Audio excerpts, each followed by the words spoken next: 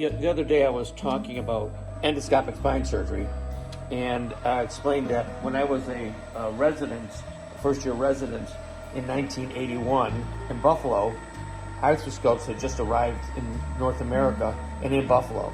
And so they were doing diagnostic arthroscopy. They couldn't do any surgery with it other than look in. At the time, there were no cameras, and so you had to put your eye right on the ocular. And there were a lot of naysayers at the time. A lot of the older surgeons didn't think it would stick.